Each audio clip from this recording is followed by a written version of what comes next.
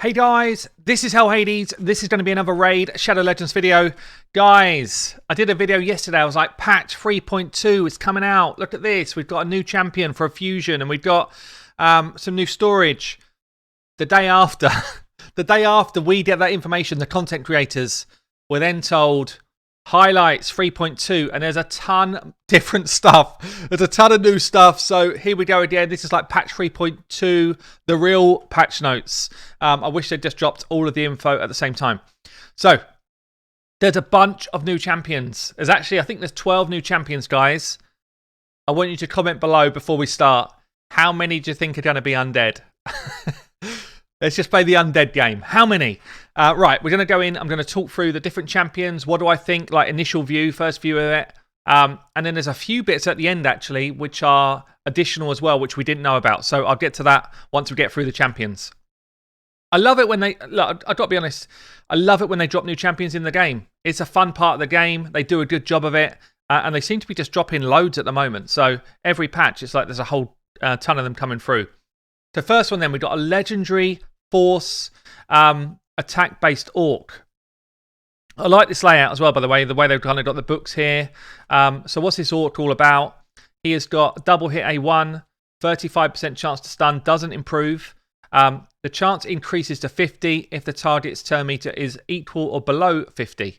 So if you've got someone who's low on turn meter, you've got a higher chance to stun. Quite a good A1, it's okay. Let's hope he hits hard because he's going to need it. Double hits, it's kind of nice.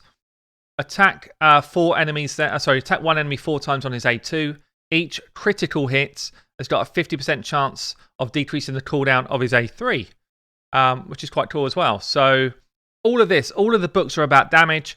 Normally when we see all books about damage, it means that they're an arena champion, generally. That's generally what's going on.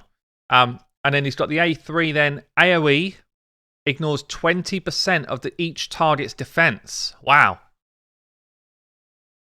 Wow, that's massive. That's actually massive. On an AoE, normally if you've got ignore defense character, champion, it's normally just on a single target. So, you know, they can nuke one person, but they can't normally nuke a team. This guy ignores 20, ignores a further 5 for each buff on the target. So if you've got someone loaded up in the arena against you with like 4 buffs, increased defense, block debuffs, all of that, he's going to be ignoring 40% of their defense. And you get that back pretty consistently with this A2 as well. I like it. This A3, I imagine, is going to smack. I haven't seen multipliers, but I'd imagine this is going to absolutely smack.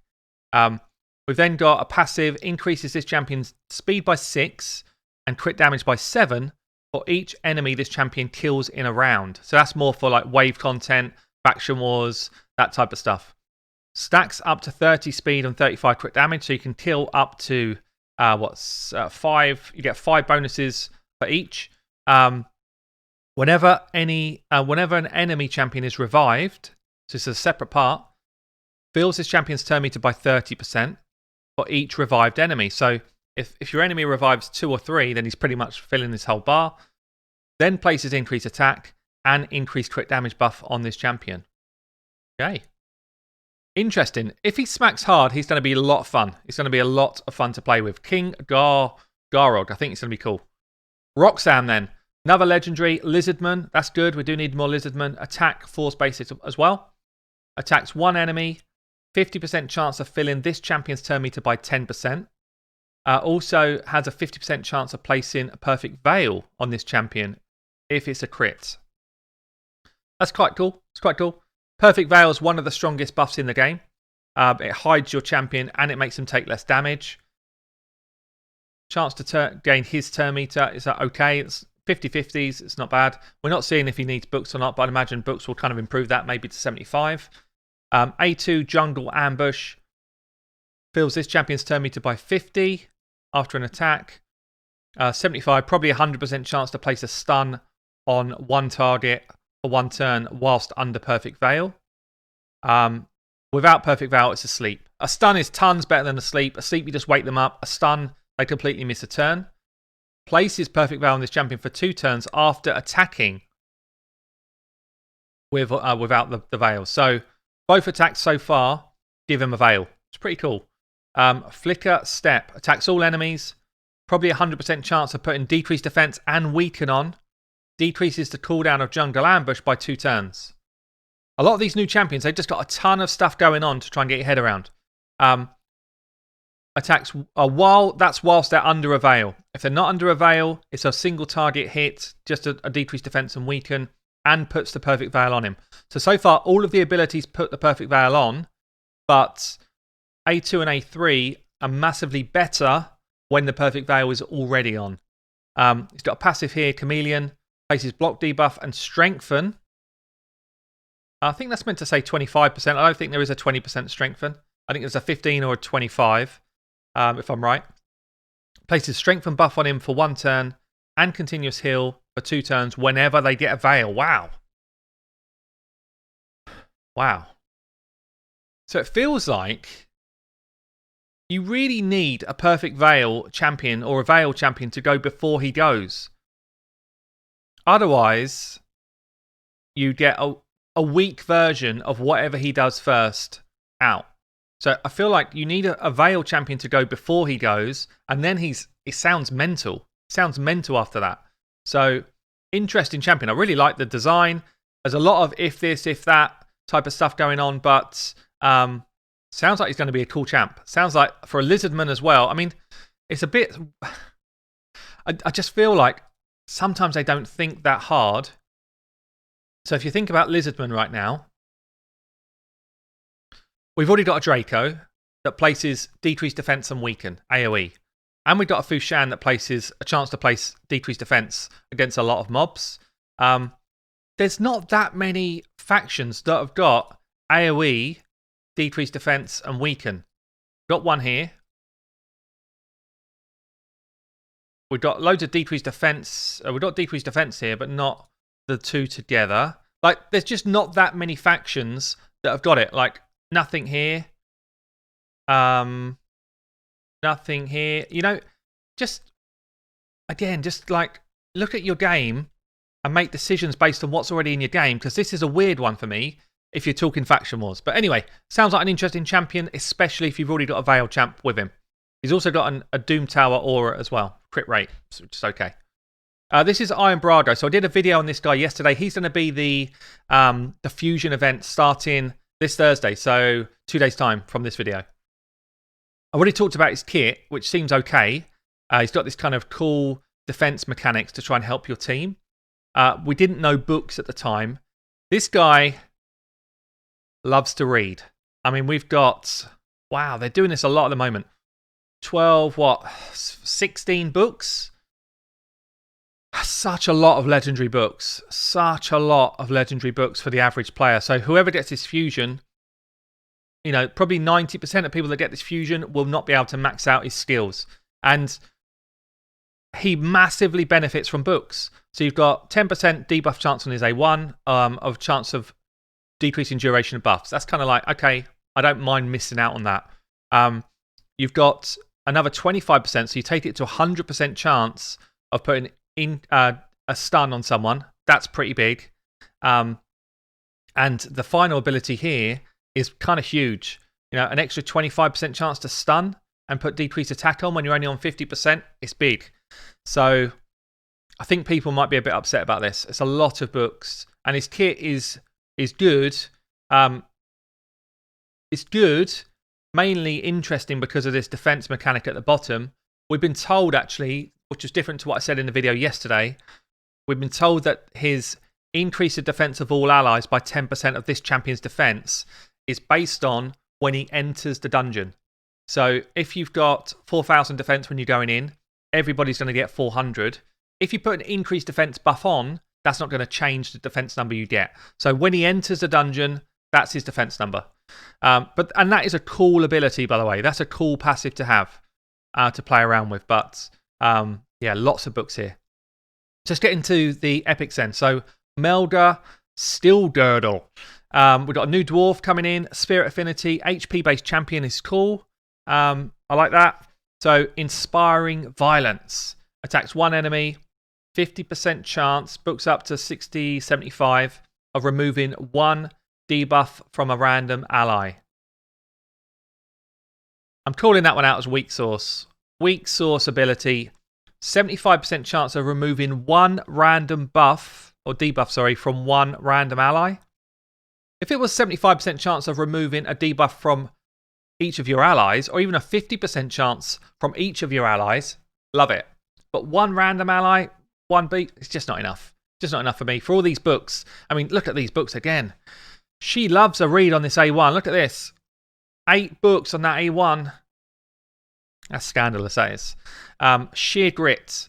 Places a shield buff on all allies for 20% of this champion's HP, and she's HP based, so that's cool. Also places continuous heal on all allies for 2 turns. It's on a 3-turn cooldown. If you think, and you also get another 20% worth of shield here. So that's going to end up being like 25% when you add those in, yeah? It's not additive. If you're talking about something like Scarab Boss, you want to have your shield go out for the same number of turns as your cooldown. So if it's a 2-turn shield, you want it on a 2-turn cooldown to get the maximum out of somebody for Scarab Boss. So although it's another shield champion, that's cool. And dwarves really do need that sort of support, so that's good for Faction Wars. But she probably would struggle to do the shielding for your whole team in Scarab Boss unless you make her go way quicker than your team. She needs to be on like a 4 for 3 cycle against your team. Glorious Return then. Revive 2 allies with 20% HP and Termitria. That's huge. Ascend it, revives 2, and also puts a shield on them. Wow. 7-turn cooldowns, books to 5. That is massive for Dwarf Faction Wars. Massive. She will end up being one of the best Dwarf Faction War champions with these skills, or at least helps support, because really at the moment you need Rearguard, or you need Grizzled, or you need Morley to properly get through Dwarf Faction Wars. She's going to massively help that. That's cool. Chancellor Yasmin. Force Affinity Bannerlord, support champion, another epic. A1, when it's ascended, attacks an enemy, places an extra hit if they've got no buffs. Okay. A2, heals an ally by 40% of their HP, heals by 60 instead if they're low health. Average, really. Single target. And then A3, 50% chance of removing all buffs, so it goes up to 75, and then places a sleep.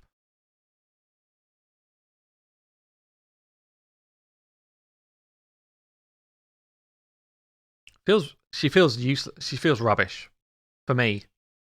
I suppose a chance to do a full cleanse of buffs, 75% chance. She feels like hope, you know, like almost like an old school epic that perhaps was okay to start with, but doesn't compete with everything else that's going on. For me, don't know, guys. Comment below. What do you think, Chancellor Yasmin? You seeing something I'm not? I guess this could be good. The chance of sleeping as well maybe just makes that stronger, because if you bring her in with a load of single target champs, maybe you're just sleeping a whole team. Don't know. I don't love it. Bodoth, our first undead. Spirit Affinity, HP based champion. Looks like he might end up being a reskin of one of these guys that we've already got as rares, not sure. Triple hit A1. Each hit can book up to 40% chance of increasing the duration of a random debuff. Each hit. One random debuff. Okay. Okay, for a minute now I thought, Christ, we've got a Vizier as an epic. He is a Vizier and an epic, but he's increasing one debuff instead of all of them. But that's still a good A1. That's a good A1. A2 attacks all enemies. Books up to 75% chance of placing Provoke on all enemies. Also, 75% chance of placing decreased attack on all enemies. 3-turn cooldown if it's booked. It's not bad. HP base, we can kind of tank a hit for you. Passive here. Whenever this champion is attacked, heals all allies by 50% of the damage received. Only heals by 25% if it's a boss. This champion only receives half of the heal that other allies receive. Okay. So, whenever he's attacked, heals all allies by 50% of the damage that he takes. Sounds pretty cool. There's no cooldown on it. There's no kind of cooldown. So, every time he's hit, is he going to be good enough to be your healer? You know, we kind of had this similar situation with Oh, what was his name? The guy that came in the Night Revenants as the fusible champion. This guy, Bodoth, had a similar thing with his passive. Whenever this champion is attacked, heal all allies except this champion by 20% of the damage he received. And it wasn't really enough. It wasn't enough to keep it going. But at 50%, if you're taking a hit for 20k, you're healing for 10k. Question is he good enough to need to ignore things like leech or lifesteal? Not sure. That's interesting though. When attacked, places a leech debuff. Even better, actually. This is getting better. This is another passive. 30% goes up to 100. So when attacked, places a leech debuff on the attacker for 2 turns. Love that. If the attacker is under a provoke placed by this champion, also books up to 100% chance of increasing the cooldown of a random skill on the attacker by 2 turns. Wow. I think this guy looks good.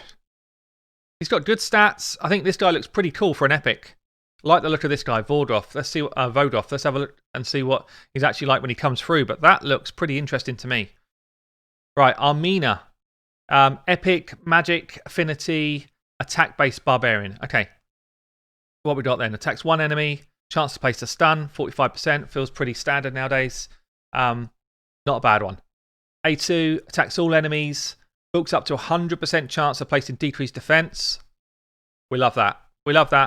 Steals 7.5% of the turn meter from targets under decreased defense. An interesting one. I mean, it's a small amount of turn meter to steal. It means you're running 2 decreased defense champions. It's a bit of a weird second part of the skill for me, but the first part of the skill is brilliant. Another decreased defense champion in the Barbarian faction. So that is something they need. At the moment, they've got War Maiden, but not a lot else. They've got Valor, who does like a 50% chance. So that's actually really cool. 100% chance booked up. Lots of books again, guys. Look at this. Look at the amount of books again. A3 then decreases the turn meter of all enemies by 20%. Again, booked up 100% chance of placing a stun on enemies who have had their turn meters fully depleted. Okay, for a minute I was about to say that is OP, but chances of you decreasing someone's turn meter to 0, it's not that high. Decreasing turn meter by 20% is still a strong ability by itself. Yeah, pretty cool. Fills this champion's turn meter by 10% each time an enemy receives a stun. So I guess if you pair her, is it her or him? I guess that's a him. Is it? Don't know. If you pair them with a different stun champion, then a bunch of turn meter stuff going on here. I think this A3 is unlikely to stun that often, but if it does, great. Pair them with someone else who drops turn meter, then they go. It's not a bad idea. But I like this A2 anyway. So good champion as well, I'd say. Good epic. Ursula, the Mourner, Bannerlords. Oh, Ursula rather than Ursula. I was going to say it's the same name as the Barbarian. Ursula, the Mourner. This looks pretty cool. Epic, Void Champion, support for Bannerlords. So we've got an A1, 40% chance of decreasing turn meter by 10%. I just don't get these. They seem to do a lot of these A1s, a tiny sliver of turn meter decrease. Look at your uncommon champion, Armiger. Look at his A1. That's the kind of frame that we need to be at for an A1 if we're talking about turn meter. Like, it makes no sense. This makes no sense. A2 then, AoE, books up to 100. Again, we've got pretty crazy amount of books. 100% chance of placing decreased attack. Also places increased attack on all allies. Like that. That's cool. Good A2. Hopefully it hits pretty hard as well, but it's a nice A2. A3 revives all dead allies with 3/4 of their health and fills their turn meters by 50. Also places an increased defense and a strengthen. Wow. That's a skill right there. That is a skill right there. That's a crazy ability, that one. That's a big one. That is a big skill there. Doom Tower Aura for speed as well. This is a good champ, I think. This skill crazy for Doom Tower especially. This skill good. This skill average, I'd say. But overall, that feels strong. Feels strong. Can't see a stats or stuff like that, but overall, that feels pretty strong.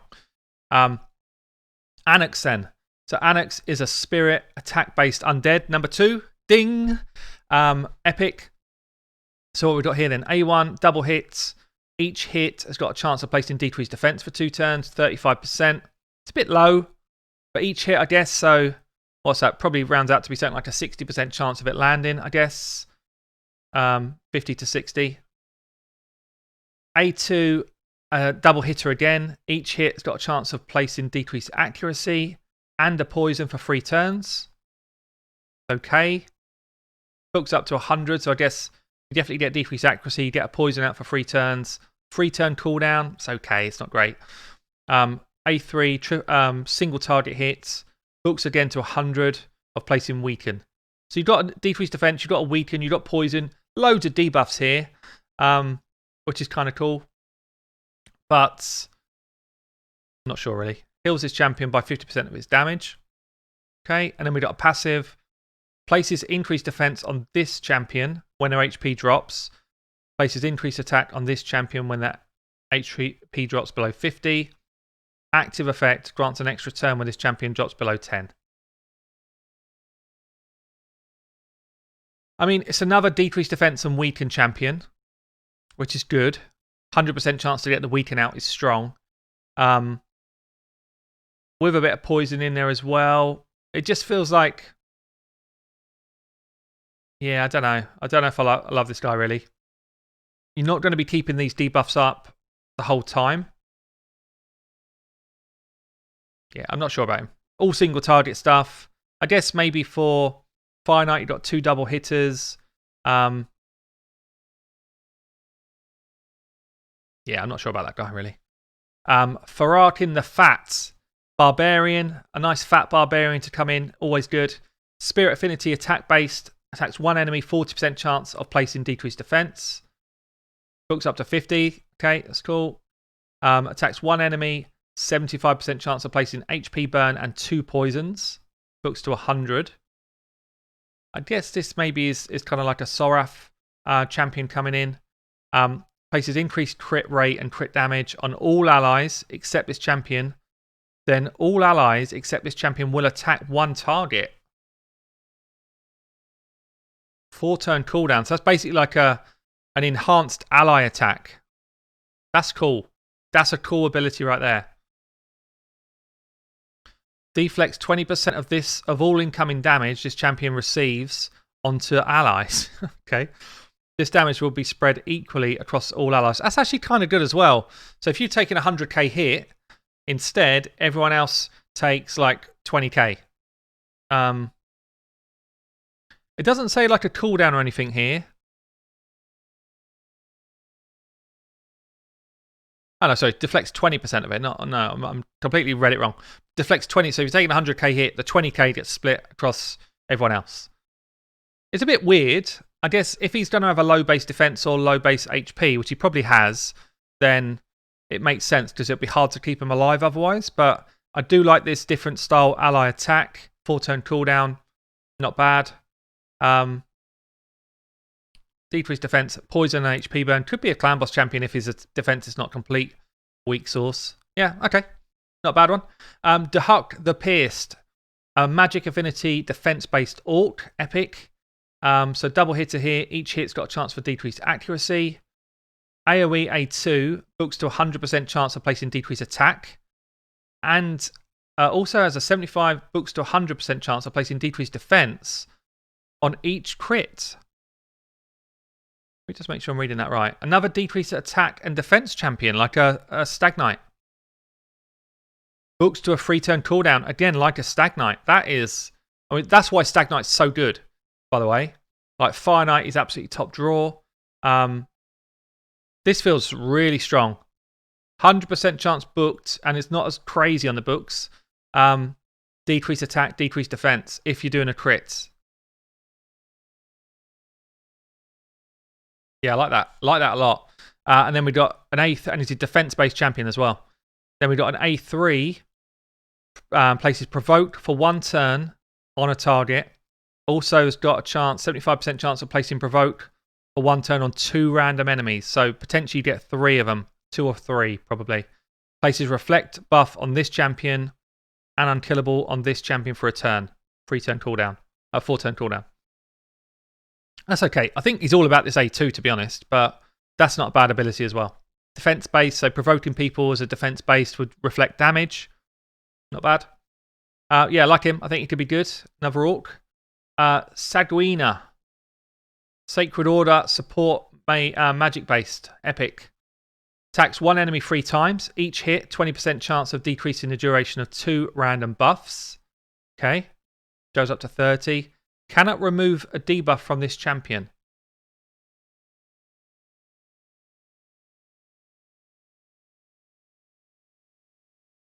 Just read that again. Hold on a sec. Each hit, 20% chance, books to 30 of decreasing the duration of 2 random buffs on a target. Cannot remove a debuff from this champion. I'm not really sure how that makes any sense to be written there. Any ideas on a postcard? I don't understand what that means. A2 places a block debuff on all allies for 1 turn and continuous heal on all allies for 2 turns. That's nice. You'd really wish with something like block debuffs it's on there for 2 turns. 3 turn cooldown though, it's not bad. And then we got the Lamb, Sacrificial Lamb. Attacks 1 enemy, 75 books to 100 chance of transferring all debuffs from this champion to the target. So I guess this part here is just saying, I don't know why it's written there, it makes no sense to me, but once she's got a debuff, it can't be removed. And then the A3 is saying, I'll shove all of my debuffs from me onto you. So 100% chance of transferring all debuffs from this champion to the target. Removes all debuffs from all allies except this champion.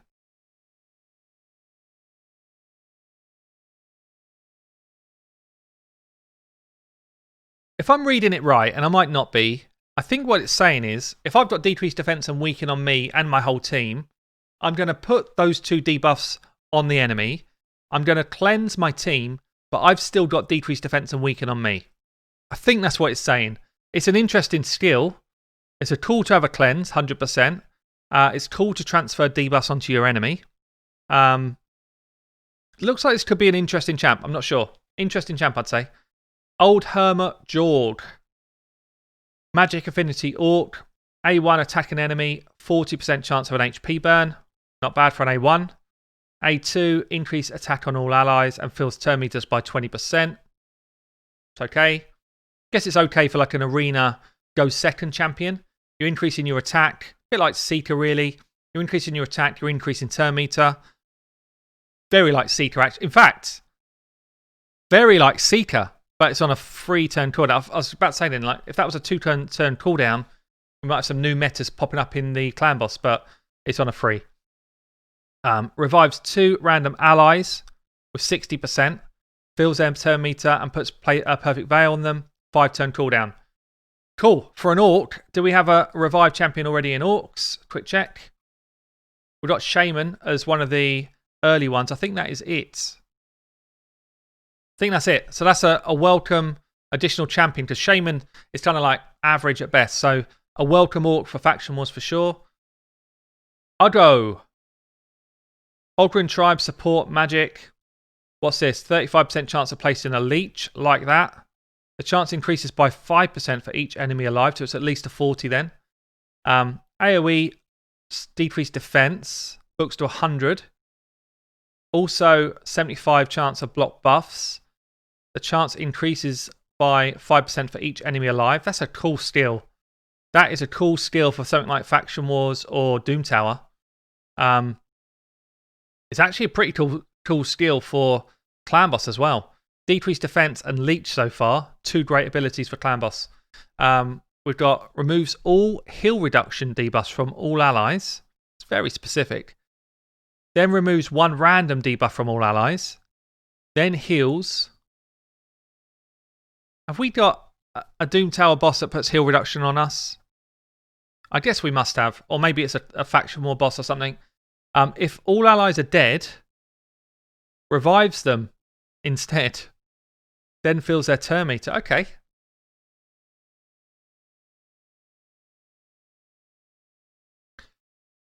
It's a very cool skill. It's a very cool skill. You got a revive mechanic only if everybody's dead. It's a bit too specifically weird. A cleanse anyway, or cleanse 1 debuff is kind of okay. There's already a lot going on in this skill anyway. Places increased speed. This is a passive. Increased speed and block damage on this champion for 1 turn whenever this champion's the last living ally. Okay, that's cool as well. So they're speeding them up. He can't take the hits, and then hopefully he gets around to his A3, which is cool. That's actually a really well thought out champion. I think this could be a cool champ. Lots of really good champions in the epics this time around. Okay, that's it. So the last couple of bits then. Sorry, this is a long video, guys. We've got daily login rewards. So there will be daily login rewards. We hoped it was coming. It looks like it is. It doesn't mean you'll no longer get anything. Yeah, so for those people that got past the day 270, looks like in patch 3.2, we're getting a daily login rewards. Good. And then I've already spoke about this in my last video, but we're going to get another 100 champion slots and another 300 artifact storage slots. This is quite nice as well. Clan boss battles always start on manual. Yes. It's so simple, but it's so good. Whew. Wow, that was a long one, guys.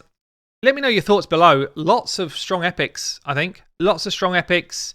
Doesn't feel like there's too much filler going on in terms of the champions coming in. A couple which was like not so good, but generally pretty interesting champions. This feels like me the low light, Chancellor. But yeah, interesting champions coming in. Let me know your thoughts below. I've been Hell Hades. I'll catch you later.